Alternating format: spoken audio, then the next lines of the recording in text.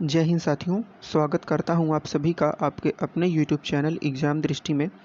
तो फ्रेंड्स, आज हम यहां पे देखने वाले हैं इस वीडियो में वैदिक काल से रिलेटेड जो भी क्वेश्चन आपके पेपर में बनते हैं, चाहे वो यूपीपी का हो, यूपीएसआई का हो, एलटी का हो, टीजीटी पीजीटी नेट का हो। तो चलिए गाइस, वीडियो को शुरू करते हैं। और वीडियो को शुरू करने से पहले हम आपको एक बात बता दें कि अगर आप चैनल पर नए हैं तो चैनल को सब्सक्राइब कर लें और वीडियो को लाइक ज़रूर कर दें। तो निम्नलिखित में से देखिए, यहाँ पे आपका पहला क्वेश्चन दिया गया है कि निम्नलिखित में से किसने आर्कटिक क्षेत्रों को आर्य भाषा भाषियों के मूल निवास स्थान होने के सिद्धांत का प्रतिपादन किया।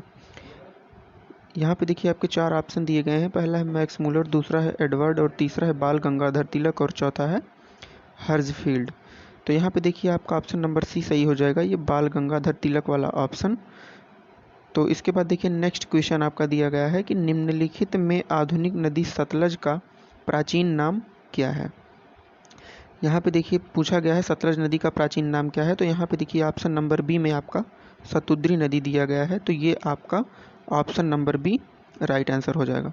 चलिए गाइस, चलते हैं अपने नेक्स्ट क्वेश्चन की तरफ। यहाँ पे देखिए क्वेश्चन नंबर 3 में दिया गया है कि गंगा एवं यमुना नदियों का उल्लेख हमें सर्वप्रथम मिलता है। यहाँ पे चार ऑप्शन आपका दिया गया है। पहला है ऋग्वेद, अथर्ववेद, शतपथ ब्राह्मण ग्रंथ में, और छांदोग्य उपनिषद में। तो यहाँ पे देखिए आपका ऑप्शन नंबर ए सही हो जाएगा, यानी कि ये आपका ऋग्वेद में जो है गंगा और यमुना नदियों का हमें सर्वप्रथम उल्लेख मिलता है। यहाँ पे आपका ऑप्शन नंबर ए सही हो जाएगा।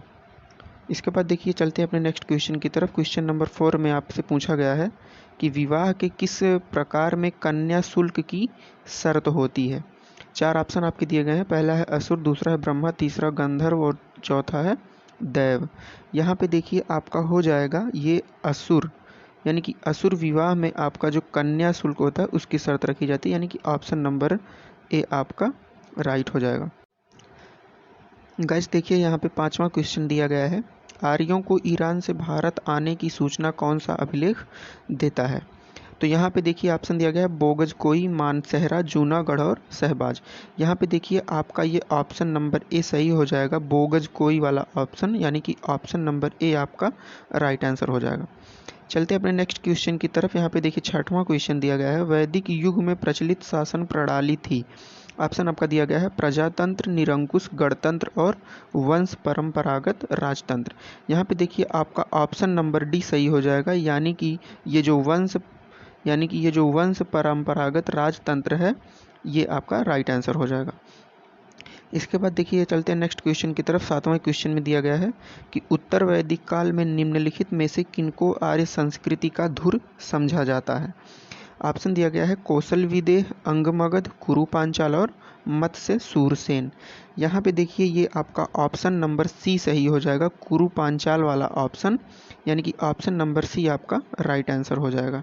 इसके बाद देखिए आपका आठवां क्वेश्चन दिया गया है, ऋग्वैदिक काल में निष्क शब्द का प्रयोग एक आभूषण के लिए होता था, किंतु परवर्ती काल में उसका प्रयोग इस अर्थ में हुआ है। यानी कि ये जो आपका पूछा गया है कि निष्क शब्द, इसका अर्थ क्या है। तो यहाँ पे ऑप्शन दिया गया है शस्त्र, कृषि औजार, लिपि, और सिक्का। तो यहाँ पे आपका ऑप्शन नंबर डी सही हो जाएगा, सिक्का वाला ऑप्शन, यानी कि option D is the right answer. चलते हैं अपने नेक्स्ट क्वेश्चन की तरफ। यहाँ पे देखिए आपका 9वां क्वेश्चन दिया गया है कि ऋग्वैदिक युगीन नदी पौरुषणी का महत्व क्यों है। यानी कि पौरुषणी नदी का महत्व पूछा गया है ऋग्वैदिक काल में। तो ये जो पौरुषणी नदी है इसको रावी नदी भी कहा जाता है। तो 10 रागी युद्ध, यानी कि ये ऑप्शन नंबर सी जो है 10 रागी युद्ध के कारण इस नदी का महत्व ऋग्वैदिक युग में है। ये जो 10 रागी युद्ध है यही युद्ध सुदास और 10 जनों के बीच में हुआ था। तो चलिए चलते हैं अपने नेक्स्ट क्वेश्चन की तरफ। यहाँ पे देखिए 10वां क्वेश्चन आपका दिया गया है कि यहाँ पे मिलान करने के लिए दिया गया है कि सूची 1 को सूची 2 के साथ सुमेलित कीजिए तथा निम्नलिखित कूट से अपना उत्तर चुनिए। यहाँ पे देखिए ये जो सांख्य दर्शन है, सांख्य का रचना ये आपका चला जाएगा 4 पे, कपिल किए थे, और योग के महर्षि पतंजलि हैं, और न्याय के गौतम है, और वैशेषिक के उलूक।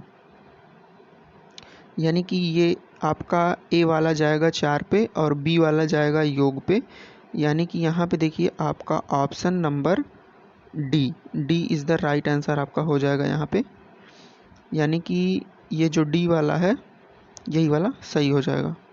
इसके बाद देखिए आपका 11वां क्वेश्चन दिया गया है, यहाँ पे भी सुमेलित करने को दिया गया है कि सूची 1 को सूची 2 के साथ सुमेलित कीजिए।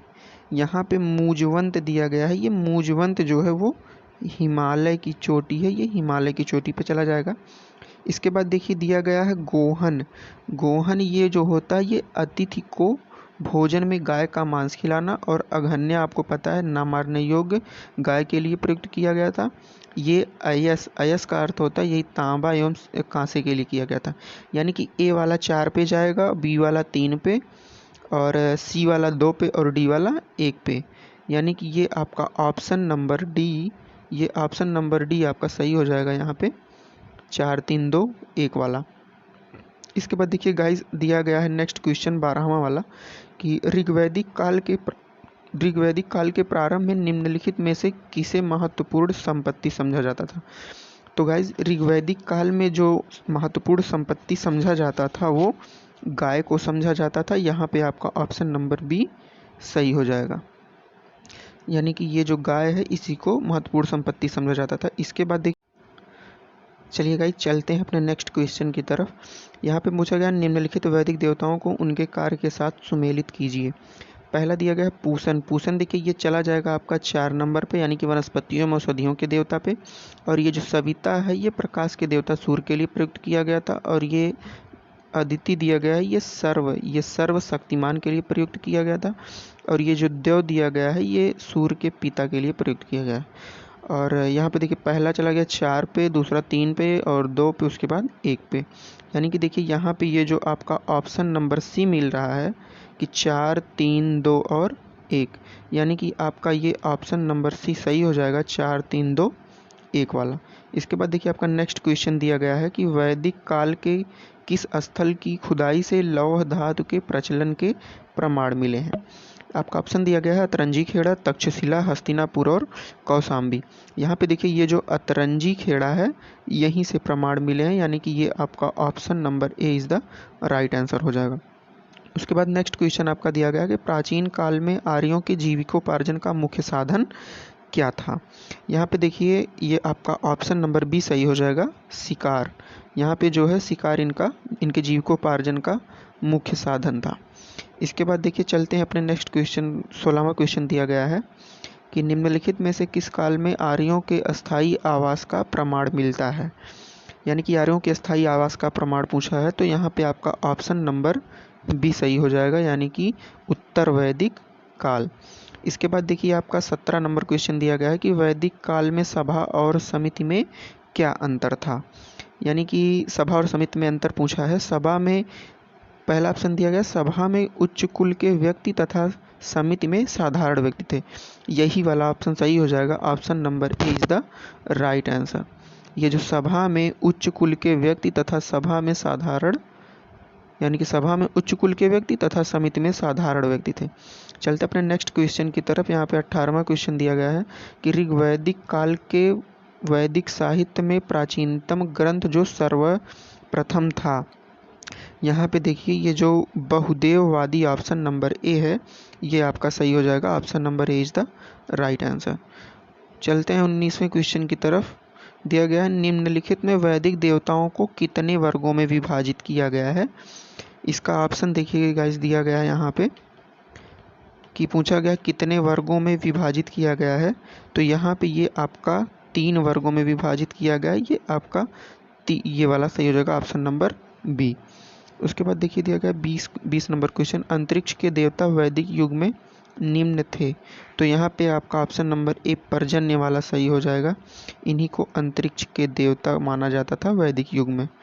उसके बाद वैदिक युग में तीसरे स्थान के देवता वरुण को ईरान में किस नाम से जानते हैं। ये वैदिक युग के तीसरे स्थान के देवता, यानी कि वरुण देवता वो तीसरे स्थान के थे, इनको ईरान में ओरनोज नाम से जाना जाता था, यानी कि ये आपका ऑप्शन नंबर ए सही हो जाएगा। इसके बाद देखिए नेक्स्ट क्वेश्चन दिया गया है प्राचीन इतिहास के वैदिक काल में गद्यात्मक वाक्यों का विनियोग है।